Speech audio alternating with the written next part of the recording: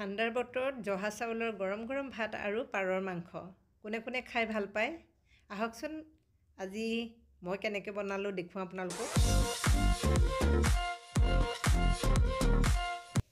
নমস্কাৰ দৰ্শকসকল, মই মামনে আকৌ এবাৰ মোৰ ইউটিউব চেনেল আৰু ফেচবুক পেজলৈ আপোনালোকক স্বাগতম জনাইছোঁ। আশা কৰোঁ সকলো ভালে আছে নিশ্চয়, আৰু আপোনালোকৰ আশীৰ্বাদত আমিও ভালে আছোঁ। একদম বতৰ বহুত বেছি ঠাণ্ডা হৈছে নহয়নে এইকেইদিন, আৰু আজি কিবা এটা বেছি ঠাণ্ডা। মই মানে দিনৰ ভাগত সাধাৰণতে চুৱেটাৰ পিন্ধা নাছিলোঁ, কিন্তু আজি মানে কাম কৰোঁতেও চুৱেটাৰ পিন্ধি ল'ব লগা হৈছে আৰু পূৰা ঠাণ্ডা। আহোচোন অকণমান বেলকনিৰ ফালে যাওঁ, আপোনালোকক দেখুৱাওঁ।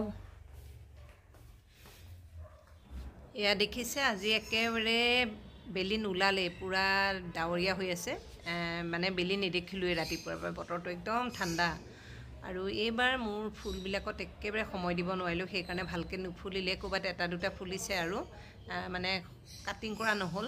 আৰু এনেকুৱা ঠাণ্ডা বতৰত অলপ গৰম গৰম খাবলৈ মন যায় নহয় জানো সকলোৰে। বহুত দিন হ'ল পাৰ মাংস খোৱা নাই। চ' মানে একচুৱেলি পাৰ মাংসটো কিয় খোৱা নহয়, ইহঁত দুজনে ইমান এটা ভাল নাপায়, সেইকাৰণে অনাও নহয়। মই সঞ্জীৱক ক'লোঁ যে আজি পাৰ মাংস খাম, তুমি পাৰ লৈ আনিবা, একদম গুচাই চুচাই লৈ আহিবা বজাৰতে। এতিয়া সঞ্জীৱ গৈছে আনিবলৈ, মই বাকী চব আদা নহৰু গুচাই মেলি চব ৰেডি কৰি ৰাখিছোঁ।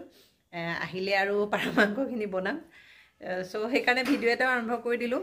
মইনো পাৰ মাংস কেনেকৈ বনাওঁ আপোনালোককো দেখুৱাম, গতিকে ভিডিঅ'টো শেষলৈকে চাই থাকিব, আৰু ভাল পালে লাইক কৰিব, শ্বেয়াৰ কৰিব, কমেণ্ট কৰিব, আৰু মোৰ চেনেলটো ছাবস্ক্ৰাইব যদি কৰা নাই তেতিয়াহ'লে প্লিজ চেনেলটো ছাবস্ক্ৰাইব কৰি দিব। আৰু মোৰ ফেচবুক পেজ আৰু ইনষ্টাগ্ৰামৰ আইডিটো দিয়া আছে ডেছক্ৰিপশ্যনত, আপোনালোকে এবাৰ ভিজিট কৰিব প্লিজ, নিশ্চয় ভাল পাব। চ' চাই থাকক শেষলৈকে। পাৰ দুটা এয়া সঞ্জীৱে এনেকৈ কাটি দিছে টুকুৰা টুকুৰ কৰি। বজাৰতে পাখি চাখি গুচাই লৈ আনিছিলে, আৰু ঘৰত আহি গৰম পানী দি ভালকৈ ধুইছোঁ। এনেকৈ সৰু সৰুকৈ টুকুৰা কৰিছে। দুটা পাৰ যদিও যথেষ্টখিনি মাংস ওলাইছে দেখিছেনে। পাৰ দুটা ভাল আছিলে সেইকাৰণে, আৰু একদম শকত আবত আছিলে, আৰু মাংস বহুতখিনি ওলাইছে।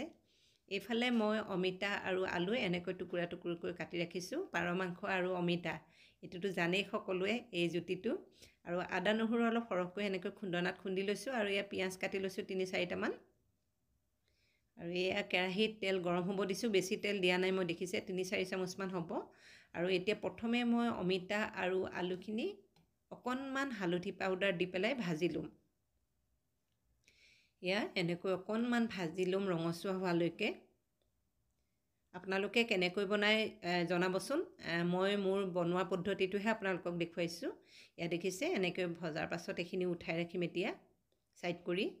আৰু সেইখিনি তেলতে অকণমান গোটা জিৰা দিলোঁ, আৰু এতিয়া কাটি লোৱা পিঁয়াজখিনি দি মই কম জুইতে ভাজিম। এখিলা তেজপাতো ফালি দিছোঁ, দি এনেকৈ কম জুইতে ভাজি আছোঁ অলপ ৰঙচুৱা হোৱালৈকে। পাৰ মাংসত বহুত বেছি মছলা দিয়াৰ প্ৰয়োজন নাই, একেবাৰে সাধাৰণকৈ বনালেই খাই টেষ্ট হয় নহয় জানো। আৰু এয়া পিঁয়াজখিনি ভজা হ'ল, আৰু এতিয়া এয়া আদা নহৰুখিনি দিছোঁ। আদা নহৰু অলপ বেছিকৈ দিলে ভাল হয়, গতিকে আদা নহৰু অলপ বেছিকৈ দিছোঁ। আৰু মই পেষ্ট বনোৱাতকৈ এনেকৈ খুন্দনাতে খুন্দি দিওঁ, তেনেকৈ খায়েই ভাল লাগে সেইকাৰণে। এয়া চাওক বহুত বেছি তেল দিয়া নাই দেখিছে, একদম কম তেলতে বনাইছোঁ। আৰু এয়া এইখিনিও ভজা হৈ গ'ল, মোৰ কেঁচা গোন্ধটো গ'ল আদা নহৰুৰ। আৰু এতিয়া মই ইয়াতে দিম মাংসখিনি। চাওক দেখিছে কিমানখিনি মাংস, আৰু পূৰা তেজ আছে, একদম ধুনীয়া। গতিকে এইখিনি মাংসখিনি দিওঁ কম জুইতে মই এয়া অলপ সময় এনেকৈ ভাজি থাকিম।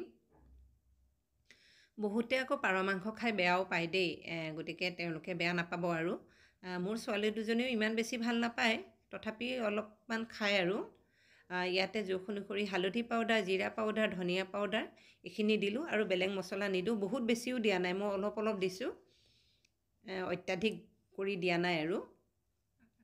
আৰু এয়া চাওক এইখিনিও দি অলপ সময় ভাজিলোঁ, আৰু এতিয়া জোখ অনুসৰি দিছোঁ নিমখ, আৰু নিমখ দিও আকৌ এনেকৈ লৰাই লৰাই অকণমান সময় মই ভাজি আছোঁ, জুইটো কম কৰি। আৰু এতিয়া মই ঢাকনি মাৰি এইখিনি সিজিবলৈ দিম। এয়া 15-20 মিনিটমানৰ পাছত এয়া মই খুলিলোঁ, আৰু এয়া চাওক পিঁয়াজবোৰ গলি গৈছে, আৰু পিঁয়াজৰ পানী ওলাই মাংসত সোমাইছে। এয়া চাওক ধুনীয়াকৈ কোমল হৈ গৈছে। এনেকৈয়ে অকণমান সময় মই ভাজি ল'ম, জুইটো কম কৰিয়ে ৰাখিছোঁ। আৰু এতিয়া আগতে ভাজি উঠাই থোৱা অমিতা আৰু আলুখিনি দি দিলোঁ, দি আকৌ সেই একেধৰণেই লৰাই লৰাই ভাজি থাকিম। আৰু মোৰ ছোৱালী দুজনীয়ে বেয়া পোৱাৰ কাৰণটো হৈছে পাৰ মাংসৰ যিটো ছালটোৰ কাৰণে সিহঁতে খাই বেয়া পায়। সেইকাৰণে মই ছালটো নথকা চাই সিহঁতক খাব দিওঁ। আৰু এয়া দেখিছে জালুক মই ধুনীয়াকৈ ধুই গৰম কৰি এয়া এনেকৈ গুড়া কৰি থৈছিলোঁ।